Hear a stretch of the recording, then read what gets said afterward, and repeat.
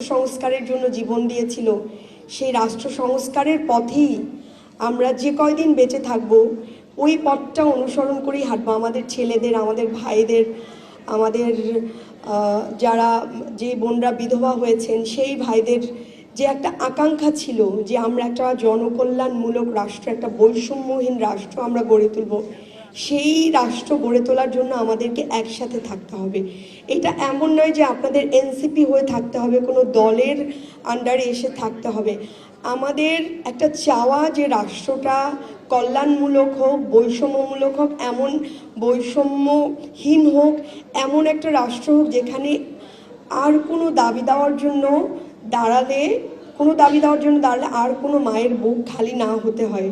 তো সেই জায়গা থেকে আপনাদের প্রতি আমার আহ্বান থাকবে যে আপনারা আমাদের যে এই যে চাওয়াটা, সংবিধান সংস্কার, পুলিশ সংস্কার, আমরা এই যে গুম কমিশন গঠন করতে চাচ্ছিল সরকার, সেই যে বর্তমান সরকার যেগুলো বাদ দিয়েছে, এগুলো তো আসলে আমাদের কোনো ব্যক্তিগত চাওয়া না। এগুলো তো আপনাদের সন্তানরা মারা যাওয়ার আগে, আপনাদের সন্তানরা যারা অন্ধ হয়েছে তারাই দেয়ালে দেয়ালে লিখে গেছে, আপনাদের সন্তানরা যারা হাত হারিয়েছে তারাই তাদের ওই হাত দিয়েই লিখে গেছে যে দেশ সংস্কার করতে হবে।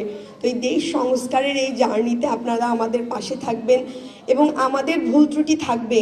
এনসিপি খুব অল্প সময়ের দল, খুব ছোট বলবো, অবশ্যই আমার চেয়ে বয়সে ওরাও অনেক ছোট, আমাদের আহ্বায়ক, সম্মানিত আহ্বায়ক যারা আছেন এরাও ছোট, আমাদের ভুল ত্রুটি থাকবে, কিন্তু আপনারা আমাদেরকে আগলে রাখবেন, পথ দেখাবেন এবং এই যে আপনাদের সন্তানের চাওয়া নিয়েই আমরা মাঠে লড়ছি, আমরা মাঠে ঘাটে পথ চলছি। এই চাওয়াটা আমাদের যেমন আপনাদেরও তেমন, এই চাওয়াটা নিয়েই আমরা একসাথে চলতে চাই।